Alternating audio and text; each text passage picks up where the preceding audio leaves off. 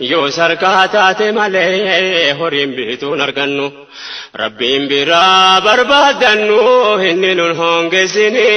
islaamummaan ifa baanaan nu agarsiisi nasrii diinii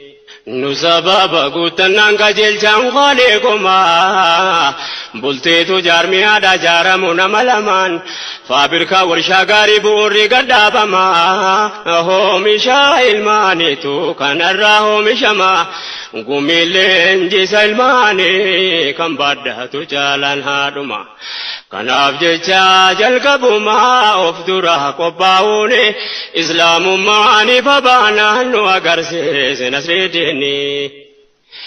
yaa jarri bultii islaamaa gadhaabbachuu taajamoo akka jaahiliyyaatti bultiin diiniin ijaaramu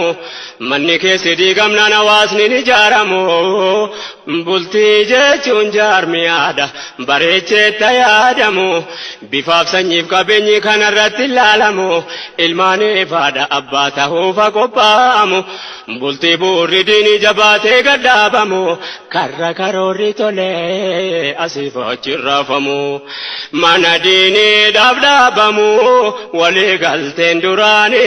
islaamummaan ifa baanaan nu agarsiise nasrii diinii isa kamiin dubbadheen kamiin diisa yaajamaa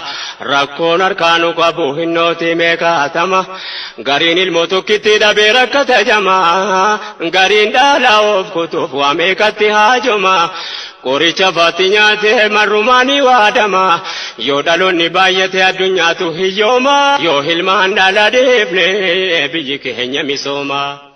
kanaan namni islaamaa yoom gowwooma yaada jaahiliyyaatiin nu agarsiise nasrii diinii kun hojii rabbii guddaa tarka kaa'uu jedhama khalquumoo jiraachisuudha kan jabaatu yaa nama rabbiin keenya jireenyaan nu agarsiise waa lama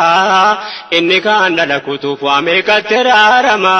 inni kaan tokko dhabee rabbiin kadhataa deema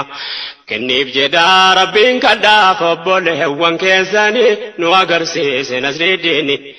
yaa rabbi ati kenniif jara ilmaan si kadhatu harka kee jira beekuuf harka sitti ol qabatu si maleessa jira gooftaan kennee dhowwatu yoo ati keerraa kenniteetu si duraa waan hir'atu rahmata kan kee keessa arjummaa kee abdatu eenyu danda'ee dhorkatu namatti badhaafteeni nu agarsiise nasrii diinii